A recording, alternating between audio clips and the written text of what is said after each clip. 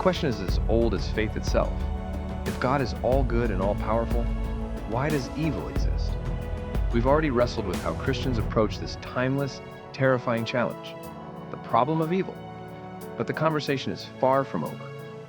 Now we turn to the second largest faith on earth. Can Islam offer a more coherent, perhaps a more profound answer? Do their theological frameworks, the concepts of qadr, divine decree, and hikmah, divine wisdom, provide a path through this philosophical minefield?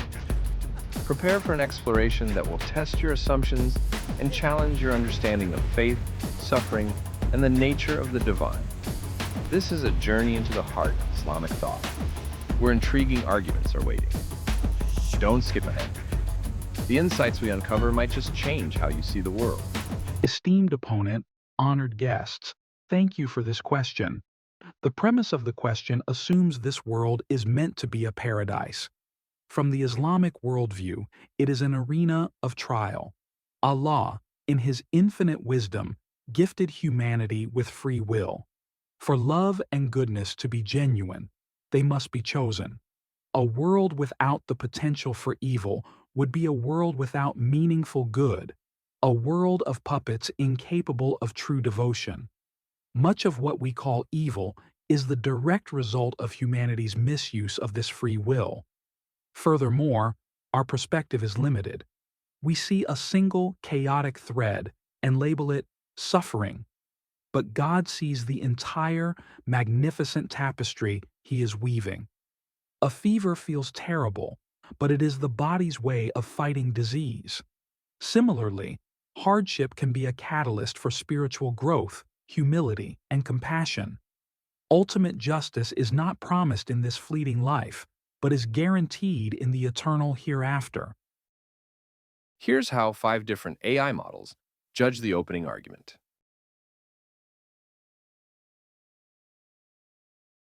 Thank you for that thoughtful perspective. But if I may, this answer doesn't actually solve the problem, it simply postpones it. If Allah is both all-loving and all-powerful, why design a test that requires so much pointless agony? Why must a newborn die in pain to teach others compassion? Why must a deer burn alive in a forest fire? These are not choices of free will. You say evil makes goodness meaningful. But does that make sense for natural suffering? We don't need earthquakes to appreciate safety or cancer to value health. An all-powerful God could have created a world where courage, kindness, and love still exist without torturing innocence. And if the defense is that we can't understand God's plan, then moral reasoning collapses entirely. We'd have to call even genocide or child suffering mysterious good. A loving parent doesn't let their child suffer for growth. Why would a perfect, loving God do less?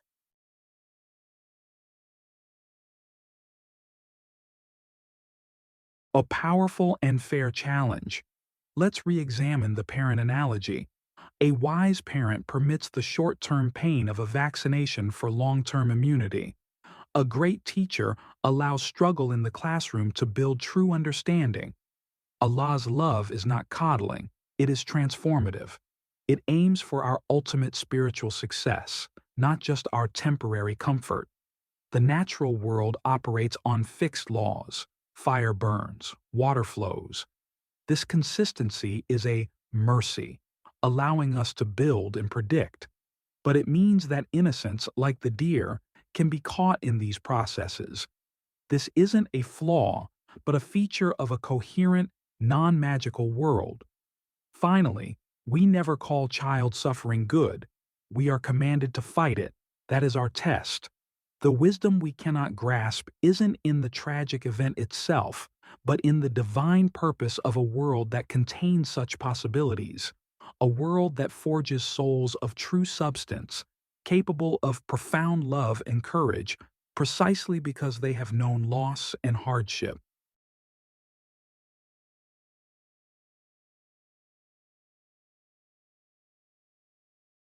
I appreciate the eloquence of that defense. But the analogy still breaks down at its root. A parent who allows temporary pain for a child's long-term benefit is acting within limitation. They can't grant immunity without a needle. But Allah, being omnipotent, has no such limits. If he truly wanted moral and spiritual growth, he could have designed a universe where learning compassion didn't require the torture of children or the agony of animals. To say fire must burn or natural laws must cause suffering is to admit that God's hands are tied by his own creation. A strange claim for an all-powerful being. And if suffering is the crucible that makes us virtuous, why is it distributed so unfairly? Some drown in endless pain, while others live in peace. Are their souls more in need of forging? When suffering is this random, excessive, and often utterly pointless, the test starts to look less like wisdom and more like neglect.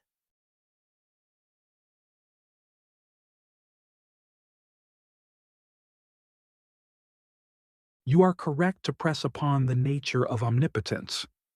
But omnipotence does not mean exercising power in a way that negates purpose. Allah could have created a world without struggle, but that would not produce beings who have earned virtue. It would be a gallery of perfect statues, not a community of living souls. A mountain climber's triumph is meaningless if they are teleported to the summit. The difficult ascent is what gives the achievement its value. His choice to create this universe is not a limitation on his power, but a testament to what he values: freely chosen faith and earned moral beauty. As for the unfair distribution of suffering, you are judging a 100-year marathon by the first 10 seconds. The scale of divine justice is not this world, it is eternal. A person who endures immense suffering with faith may be granted a status in the hereafter that a king would envy. What appears to us as a cruel imbalance is, in the full scope of a soul's journey, a unique and tailored test with a commensurate and just reward.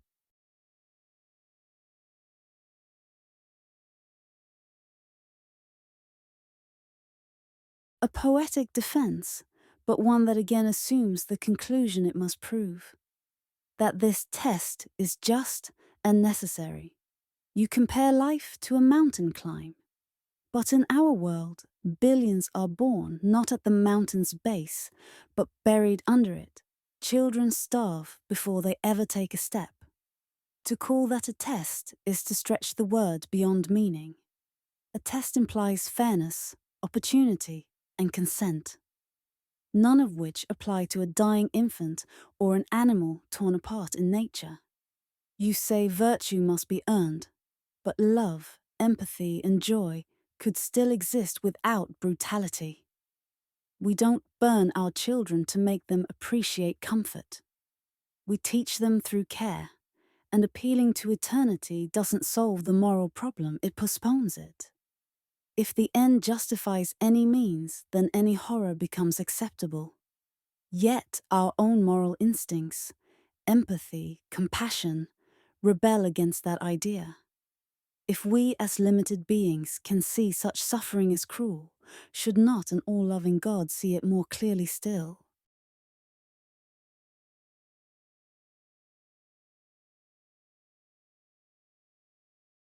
Your appeal to our innate moral sense is the most profound challenge, because that very sense is a gift from God.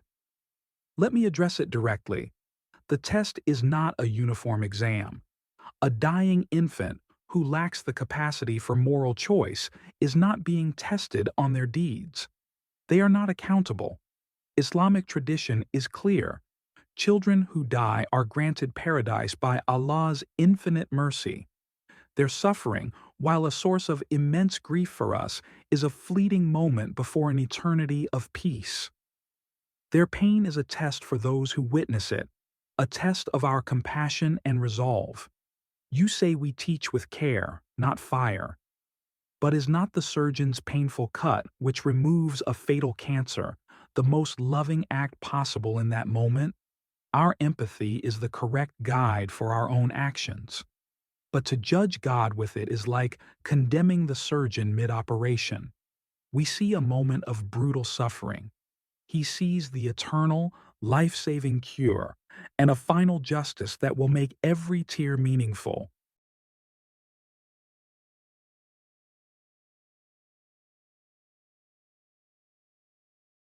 That's a moving picture, but it raises an uncomfortable truth.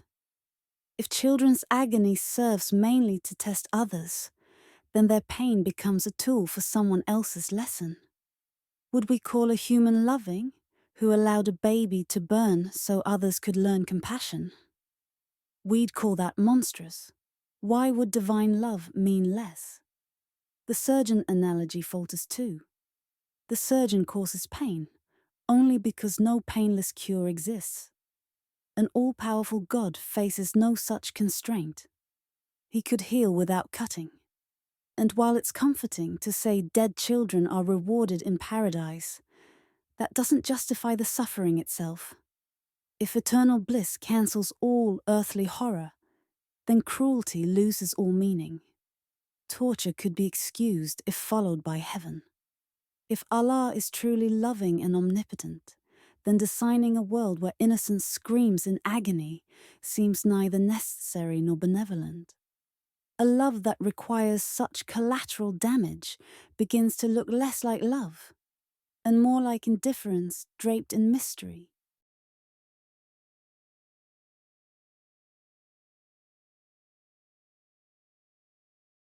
You speak with a clarity that exposes the absolute limit of human logic in the face of such pain. Your arguments are not just a challenge, they are a lament, and they deserve to be met with sincerity, not just debate points. At this limit, where our analogies falter and our reason trembles, we are left with a fundamental choice in how we view existence. You see a system of collateral damage and indifference. I see a system where love, trust, and courage are so profoundly valued that they must be real, not simulated. For them to be real, the world must be real, with real stakes, real loss, and real brokenness. A God who magically removes every consequence would be the ultimate micromanager of a meaningless play. The promise of paradise is not a cheap excuse that nullifies suffering. It is the ultimate divine statement that justice will be done. It means that the pain of a single child is of such infinite weight that only an infinite good can balance the scales. In the end, I cannot give you a tidy answer. I can only offer the conviction of faith that we are part of a story far grander than we can see, authored not by indifference, but by a wisdom and a mercy so vast that it will, in the end, redeem every last tear.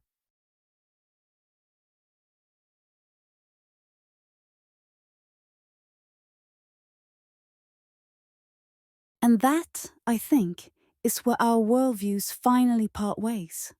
Not in logic, but in trust. You see the universe as a grand story whose pain will one day be redeemed.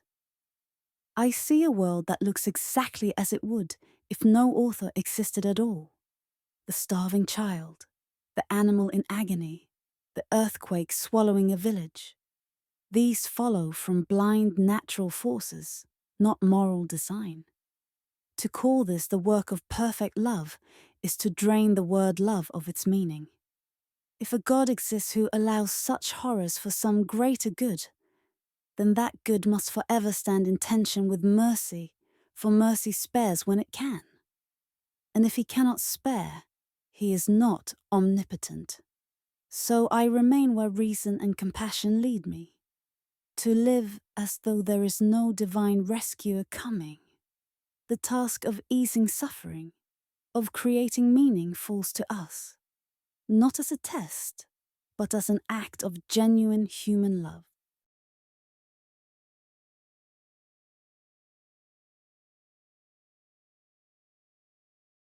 Thank you for this deeply honest and respectful engagement. You are right.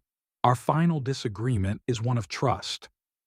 Where you see the world as it would be with no author, I see a world that is precisely what it needs to be for the most meaningful story to be written, a story of choice, redemption, and return. The very love and compassion you speak of that drives us to ease suffering is not proof of God's absence. From my perspective, it is the echo of His own nature placed within us. You say the task of creating meaning falls to us, and Islam agrees. We are commanded to be agents of mercy and justice.